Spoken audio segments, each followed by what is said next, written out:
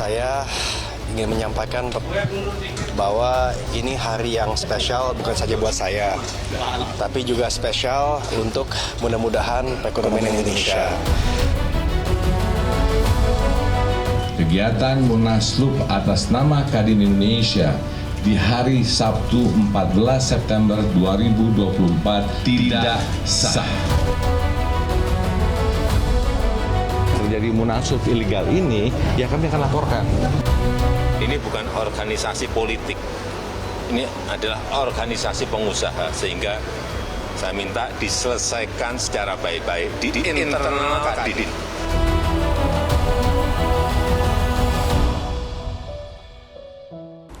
Di tengah transisi pemerintahan Presiden Jokowi ke pemerintahan Presiden Prabowo Subianto, masyarakat dikejutkan dengan gonjang-ganjing yang terjadi di Kadin. Dan ini berkaitan dengan upaya untuk memperebutkan kursi ketua umum. Dan hari ini saya melalui program Kick and Double Check akan ngobrol dengan Ketua Umum Kadin periode 2021-2026, yakni Arsyad Rashid. Hai, Bang. Terima kasih. Terima kasih, Bang. Mas Arsyad, ya. Terima kasih, Bang Andi. Mas Arsyad, jadi sekarang ini ngantor di kantor Kadin atau?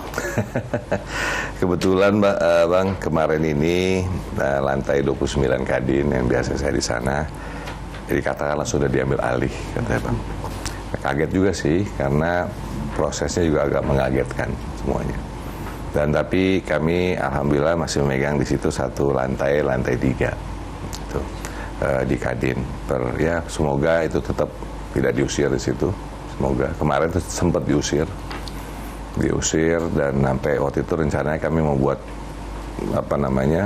press conference di situ, gitu. Terus ternyata diusir oleh atas dasar apa alasannya ini diusir? Nah itu ketidakjelasan itulah, Bang, menjadi itu bahwa ya itulah yang menjadi menurut saya balik-baliknya ginilah. Karena kan kami melihatnya bahwa apa yang telah terjadi dengan adanya dikatakan munaslup itu buat kami itu ilegal. Dan tapi kami juga berhati-hati sebelum itu. Waktu proses itu kami melihat sendiri kan. Dan kami melakukan investigasi dulu. Ini bagaimana sih gitu kan. Dan setelah kami melakukan itu, kami melihat dan terbukti dan semuanya, baru keesokan harinya kami lakukan press conference waktu itu. Tapi kemudian tidak boleh berlokasi di kantor Kadin. Terjadinya tuh sudah mulai, sebelum itu sudah terjadi. Sebelum munaslup pun sudah terjadi, itu ada sedikit-sedikit kok mulai ada ya orang-orang yang tidak diinginkan, bukan orang Kadin di sana gitu. Nah jadi, tapi yang balik-balik lagi, Bang, bahwa buat kami munaslup itu ilegal. Tapi tunggu dulu, Anda tidak boleh berkantor di Kadin dengan alasan bahwa ada agak-agak ini sedikit sih kalau ditanyakan di sana, ternyata dikatanya dia teman-teman di sana waktu kita mau ambil barang mau segala macam, ya dia bilang nih kami bawa kuasa dari siapa ya, ada seorang pribadi kuasanya. Kuasa pribadi karena katanya lantai tersebut memang milik pribadi tersebut, orang tersebut. Baik, jadi ini barang-barang Anda apa semua masih ada di sana? Sudah alhamdulillah ada pelan-pelan sudah mulai diambil. Kemarinnya kita minta izin. Mulai diambil artinya Anda seakan-akan mengatakan bahwa oke, kami yang akan keluar dari situ. Bukan, Bang, saya tidak pernah mau mengatakan demikian karena jelas sekali. Cuman yang kami avoid adalah keributan. Kita tidak mau ada keributan. Malu-malu, Bang. Kita ini pengusaha. Kita ini bukan preman. Kita ini bukan apa-apa, Bang, gitu ya. Jadi kita ingin itu proses dengan baik gitu. Jadi malahan, Bang, ya kan apa yang terjadi waktu pas lantai 29 dan 24 diambil, bukannya kami menyerah, Bang, tapi kita tidak mau keributan. Karena yang hadir tuh orang-orang yang memang bukan orang Kadin. Saya bilang udah, saya nggak mau teman-teman yang kerja nggak tenang dan semuanya. Oke.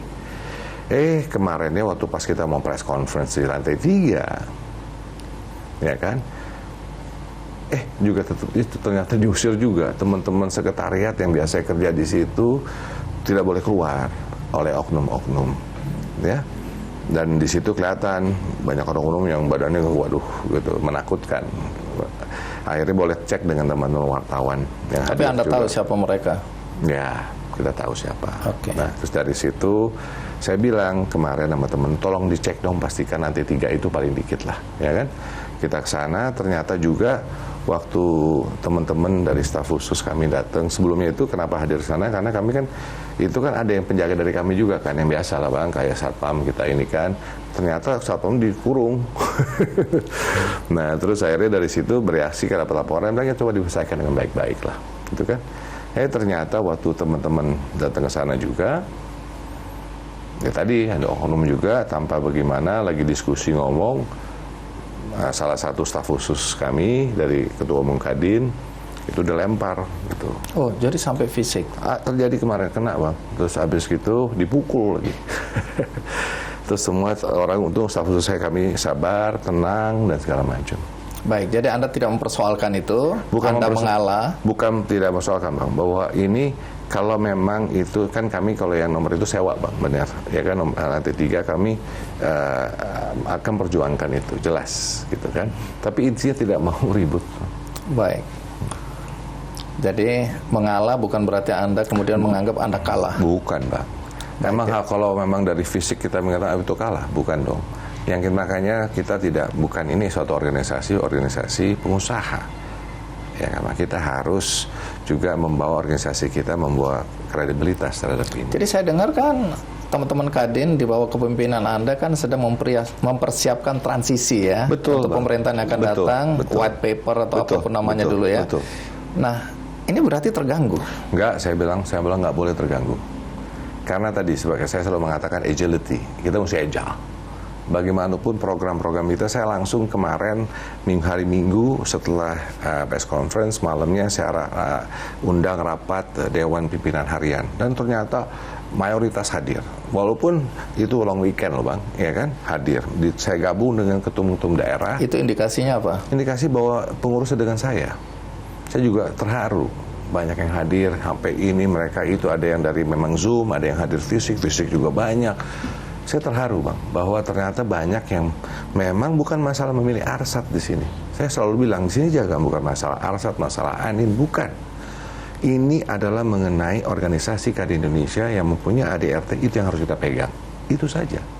Ini bukan memilih, tapi yang dipilih adalah Kadin Indonesia sebagai organisasi. Baik. Di luar sana udah banyak orang mendengar ya, adu argumentasi, sah tidak sah dan seterusnya ya. Tapi di luar itu, apakah Anda melihat sebenarnya ada alasan lain kenapa Anda sedang diusahakan untuk didongkel atau dilengserkan, dimaksulkan? Saya nggak tahu bang, ya apa namanya, ya opini macam-macam, katanya banyak sekali, katanya. Tapi yang saya ingin katakan di sini paling sedikit adalah yang paling minimal bang ya, karena saya bilang ini bukan urusan politik, ini bukan urusan katanya siapapun menurut siapa tidak. Ini menurut saya adalah perihal sebuah orang keluarga atau perorangan atau kelompok yang menginginkan ini terjadi. Apakah itu individu, kelompok, atau keluarga? Ya, ini mengacu ke siapa ini? Enggak, saya nggak mengacu siapa-siapa bang. Cuma saya mengatakan itulah indikasi-indikasi yang ada. Intinya adalah ini perihal pribadi, saya selalu katakan. Baik. Bukan urusan politik atau urusan lainnya. Dan janganlah dipolitisasi. Kenapa? Karena ingin dibawa selalu ke politik. Dan dikatakan ini karena memang waktu saya sebagai ketua salah satu paslon misalnya. Enggak kok, jelas Pak Prabowo juga jelas mengatakan mari kita bergotong royong. Ya kan, Pak Jokowi mengatakan continuation proses yang terjadi. Dan hubungannya Kadin, satu lagi dikatakan tidak harmonis dengan pemerintah. Saya bertemu dengan Pak Jokowi, kita ngobrol, menteri-menteri bekerja, saya bertemu dengan menteri, program kita berjalan. Terus kalau dibilang tidak harmonis dengan Pak Prabowo, juga kami bekerja dengan tim ekonominya, kami sudah buat lembaga gizi untuk mendukung yang namanya program Pak Prabowo ke depan, bekerja sama, tim ekonominya sudah masuk juga di dalam sini untuk menjalankan. Kenapa? Ini kan kita yang harus kita jalankan, kita fokus terhadap program. Terus saya diskusi dengan Pak Hasyim mengenai perumahan rakyat misalnya contohnya. Karena ini hal-hal yang bisa menggerakkan ekonomi ke depan. dari si food security, bicara mengenai itu konteks perumahan, karena kita bisa mempelajari bahwa apa yang Pak Hasyim katakan benar, bahwa ekonomi di Cina selama ini salah satu pendorongnya adalah properti. Dengan ada perumahan rakyat ini, rakyat bisa dapat, tapi di sisi lain ini juga bisa menjadi pendorong ekonomi. Jadi yang kita fokuskan adalah sekarang bagaimana menjalankan, gimana kita menuju Indonesia emas, bagaimana 8% ekonomi growth bisa terjadi. Itu yang kita lakukan. Kita membuat white paper, yang tadi saya katakan, white paper untuk membuat masukan, ya kan, dengan program Pak Prabowo dimasukkan, dengan masukan challenges yang ada, memasukkan juga 5 tahun daripada kita membuat peta jalan Indonesia 2045, kita ambil di situ, kita merangkum itu semua. Karena ini yang penting, karena waktu nanti Pak Prabowo menjadi presiden bisa lari langsung. Kenapa? Salah satunya untuk 8% itu mengenai policy. Bagaimana mesti having a good policy. Bagaimana policy antara pusat dan daerah harus align. Makanya kami sekarang melakukan proses orientasi kepada legislatif yang ada di provinsi-provinsi, dan insya Allah nanti untuk yang pusat juga. Lalu juga nanti dengan eksekutif untuk bicara dengan gubernur dan wali kota dan bupati untuk menjalankan konteks ekonominya. Ini Indonesia, challenges apa yang ada, kita fokus pada itu. Karena buat apa?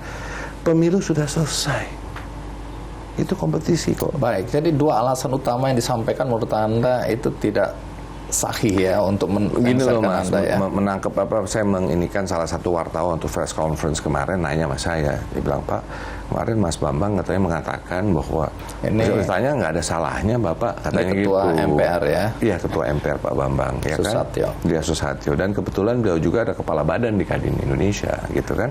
Beliau mengatakan itu, jadi beliau sendiri mengatakan tidak ada kesalahan saya, sedangkan Munaslup itu harus mengatakan ada kesalahan, kan gitu ya?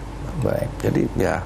Tapi saya nggak akan masuk lagi ke pertentangan itu ya, Iya. karena semua orang udah tahu ya. Itu monggo Bang, itu tapi data poinnya dan Anda hendak mengatakan bahwa alasan Anda ini tidak berkomunikasi dengan baik dan pemerintahan sekarang itu bisa diartikan dengan Pak Jokowi maupun pemerintahannya Pak Prabowo itu tidak benar. Baik-baik saja. Kemudian juga mengenai alasan bahwa Anda ini mengajak Kadin tidak independen ketika Anda akhirnya menjadi ketua pemenangan ya dari pasangan Ganjar Mahfud. Saya cuti dan saya keluar dan saya tidak menyetujui. Orang bilang Anda boleh cuti ya, tapi jabatan ketua umum Kadin itu kan melekat. Betul. Tapi gini Bang, bayangkan kalau dilihat ketua umum yang lalu misalnya ya, itu pun waktu 2019 ikut menjadi wakil ketua di sebuah paslon. Ini Rosan. Betul.